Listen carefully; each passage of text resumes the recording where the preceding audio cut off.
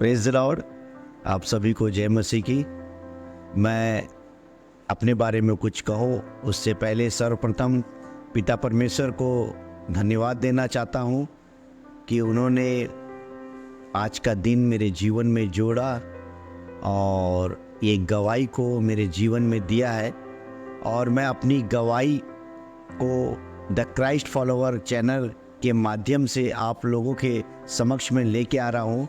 मैं evangelist John Wesley Peter मेरा पूरा नाम है। मैं मसीह परिवार में जन्मा और मसीह परिवार में मेरी बढ़ोतरी हुई, मेरा संस्कार हुआ। लेकिन संस्कार चलते के बाद भी मेरा जीवन जो था संसारिक था, क्योंकि मेरे पिता प्रोटेस्टेंट थे और मेरी माता कैथलिक थी। और मैं अपने जीवन काल में बचपन से जवानी तक कैथलिक चर्च में मैं जाते रहा। और कैथलिक चर्च में जाता तो ज़रूर था मैं, लेकिन हम चर्च में कभी भी मन लगा के या जिस तरीके से हमें परमेश्वर के समक्ष में रहना है, बैठना है उपस्थिति में परमेश्वर के, वैसे हम बैठते नहीं थे।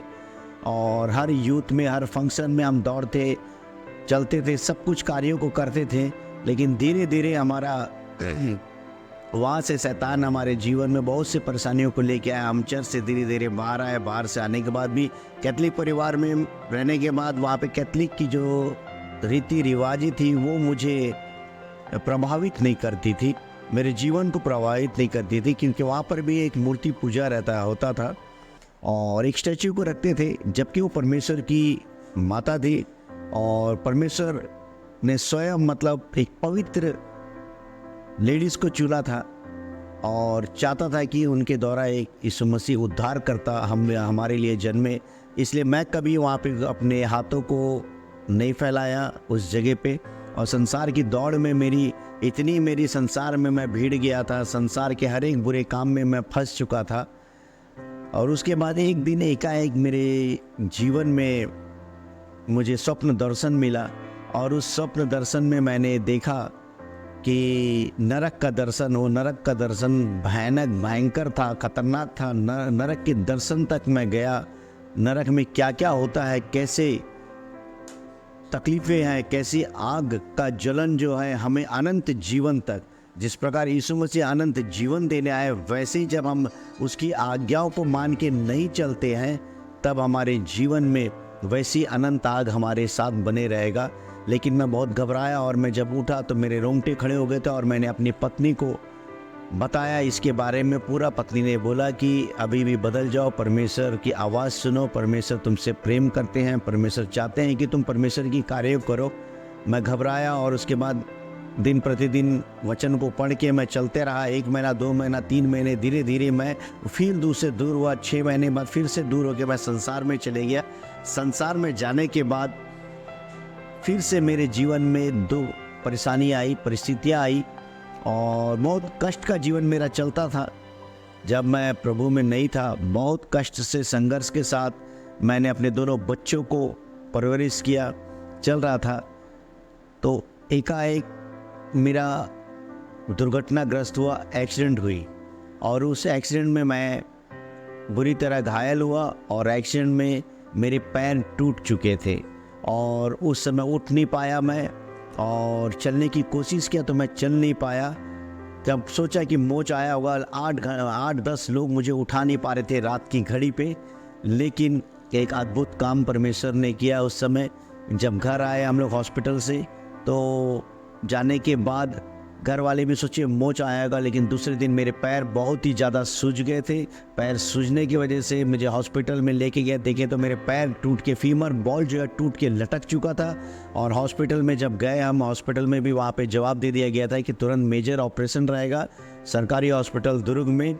और उसके बाद वो, क्योंकि उस समय जब एक्सीडेंट हुआ संसार मेरे साथ थी, उससे पहले तक सब लोग, मैं संसारिक था, दोस्त यार बहुत थे। जब एक्सीडेंट के बाद कोई दिखा नहीं मेरे जीवन में और ये एक मेरे जीवन में एक ताड़ना था। और उस समय 2 दिन हो गए मुझे भर्ती होने के लिए, मेरे पास एक पैसे भी नहीं थे। और वो जब पैर टूट के लटक गया था मेरे साथ, मेरी पत्नी, उसका चेहरे को मैं आप लोगों को बता नहीं सकता, बहुत बेचैन थी। क्योंकि उस परिस्थिति में हर कोई बेचैन हो जाता है जब उनके पास पैसे भी नहीं रहते हैं। तो ना मेरे पास पैसे थे उस समय, और हॉस्पिटल वहाँ सरकारी से फिर उन्होंने कहा था रायपुर या तो भिलाई सेक्टर 9 में लेके जाना पड़ेगा आपको, वहीं देखिएगा। तब उस समय एक मित्र सिर्फ आया था, उसने सलाह दिया और बोला कि अपन वहाँ पे कोई नहीं आ रहा भिलाई में, यहाँ पे तो रायपुर में अगर लेके जाएंगे तो कौन आएगा। मैं इन बातों को इसलिए बता रहा हूँ क्योंकि संसार हमें छोड़ देता है, दोस्त यार छोड़ देते हैं, परिवार छोड़ देता है, हमें धन दौलत से भी कुछ नहीं होगा। मैं सेक्टर 9 2 दिन लग गए सिर्फ भर्ती होने में, और 2 दिन भर्ती होने के बाद भी उसका नतीजा कुछ नहीं निकला। डॉक्टर आते थे, मुंडी हिला के चले जाते थे, मेरे एक्सरे को देखिए मेरे पैर में ट्रैक्शन तक नहीं लगा पा रहे थे क्योंकि पैर टूट के पूरे फीमर बॉल कमर से पैर जो है लटक चुके थे, बाहर से कोई ये नहीं था। लेकिन मुंडी हिला के बोल देते थे कोई नहीं, ऑपरेशन के बाद ही कोई चांस था भी, वो भी 2 साल तक नहीं चल पाऊंगा डॉक्टर बोले थे। तब मैं फिर से दोबारा मुझे ऑपरेशन करना पड़ेगा। लेकिन अद्भुत रीति से मैंने 2 दिन के बाद, मैं बेचैन था और जब से एक्सीडेंट हुआ था तब से लेके भर्ती होने तक, क्योंकि भर्ती भी नहीं हो पा रहा था उस समय, नर्स लोग भी बोले कि इस आदमी को लेके चलेगा यहाँ मर जाएगा तो आप लोग हमसे झगड़ा करेंगे, ऐसे ऐसे मेरे को उनकी किसी की बातें, सब ऐसे बातें कर रहे थे, किसी की बातें मुझे सुनाई नहीं आ रही थी। बस मुझे एक पश्चाताप हो रहा था कि परमेश्वर ने मुझे समय दिया था, परमेश्वर ने मुझे नरक का दर्शन दिया था कि मैं जीवन को बदल के चलूं, लेकिन मैं बदल के नहीं चला। अब मैं जीवन भर बिस्तर में सड़ूंगा या तो मेरी मृत्यु हो जाएगी करके। बस मैं यही पश्चाताप में था कि जब प्रभु ने मुझे मौका दिया मैंने छोड़ दिया। कैसे भी करके मैं एडमिट तो हुआ, लेकिन मुझे एडमिट होने के बाद भी बेचैन था, लैट्रिन नहीं, बाथरूम नहीं, लेकिन मुझे वचन मिला। और वचन को जब मैंने खोला तो अय्यूब का अय्यूब में अध्याय 5 का आयत 17, 18, 19 का वचन मेरे जीवन में आया और उसमें लिखा था, देख क्या ही धन्य है वह पुरुष जिसको मैं ताड़ना देता हूँ, तू सर्वशक्तिमान की ताड़ना को तुच्छ मत जान, क्योंकि वही घायल करता है और वही पट्टी बांधता है। तब मेरे जीवन में वो शांति आई, वो आनंद आया, जो दर्द से मैं जो पीड़ित था वो सब कहाँ गया मुझे पता नहीं मेरे प्रिय भाई और बहनों। लेकिन उसके बाद मेरे अंदर में जो हिम्मत आई परमेश्वर के प्रति, परमेश्वर ने जो प्रेम दिया, तब मुझे समझ में आया कि परमेश्वर मुझसे प्रेम करते हैं। वो मुझे ताड़ना इसलिए देगी ताकि मैं अपने जीवन को बदल के चलूँ। उसके बाद उसी में परमेश्वर का वचन कहता है इब्रानियों 12:6 में, जिससे मैं प्रेम करता हूँ उसे ताड़ना भी देता हूँ, और जिसे मैं पुत्र बना लेता हूँ उसे कोड़े भी लगाता हूँ। सच में परमेश्वर हमारा महान है कि वो हमारे जीवन में जब ताड़नाएं आती हैं तो कोड़े लगाता है। मैं प्रभु के राह पे फिर चलना चालू किया। चलते चलते मुझे किसी ने कहा भी था जीवन में टेम्पटेशन आएंगे, मैंने कई समय तक चला। कि मैं यही बताना चाहता हूँ कि मेरे प्रिय भाइयों और बहनों कि जब हम मसीह जीवन में, पहले से मैं मसीह परिवार में पैदा हुआ, लेकिन एक नाम मात्र का ईसाई था, मेरी जीवन पूरी कसाई की थी।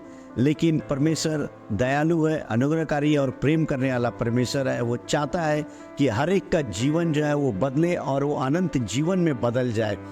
लेकिन मेरे जीवन वैसा होने के बाद भी परमेश्वर ने मुझे उस समय ये किया, तो मेरी हिम्मत, और उसकी वजह से मैं जो डॉक्टर बोले थे 2 साल तक मैं चल नहीं पाऊंगा, तो एक अद्भुत रीति से परमेश्वर के ऊपर जब मैंने समर्पण किया, मैंने सरेंडर किया, तब उसी घड़ी परमेश्वर मेरे अंदर आए। परमेश्वर ने मुझे सामर्थ्य दिया, बल दिया। आप विश्वास नहीं करेंगे मेरे प्रिय भाइयों और बहनों कि मैं जो डॉक्टर बोले थे 2 साल चल नहीं पाऊंगा, मैंने 40 दिन में गाड़ी को चलाया, ना कोई ऑपरेशन। मैं ये बताना चाहता हूँ क्योंकि जब हमारे ऊपर विपत्तियाँ आती है, हमारे ऊपर परेशानियाँ आती है, हमारे ऊपर तकलीफें आती है, तो हम संसार की ओर ताकते हैं, क्योंकि वचन कहता है यिर्मयाह 17:5 में, श्रापित है वह पुरुष जो मनुष्यों पर भरोसा करता है। इसलिए आप लोगों से विनती है कि हम मनुष्यों के ऊपर विश्वास ना करें।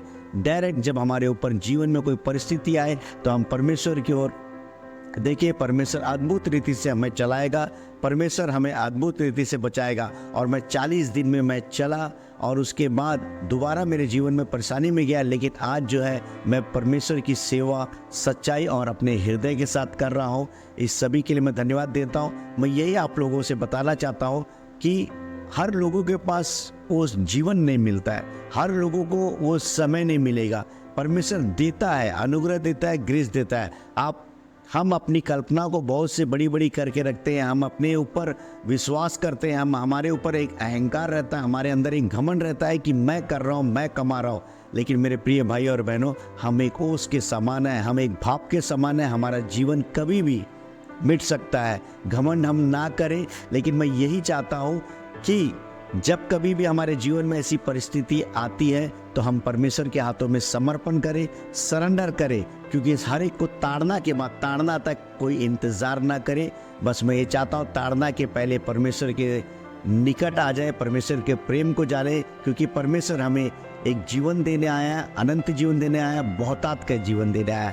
इस गवाहियों के साथ मैं यहाँ पे अपने आप को विराम देना चाहता हूँ और द क्राइस्ट फॉलोवर चैनल को मैं धन्यवाद देना चाहता हूँ। पास्टर एरन मसीह जी को भी धन्यवाद देता हूँ, जिन्होंने समय निकाल के इस गवाही को जो कोई इस गवाही को सुने वो लोग ब्लेस्ड होने पाए।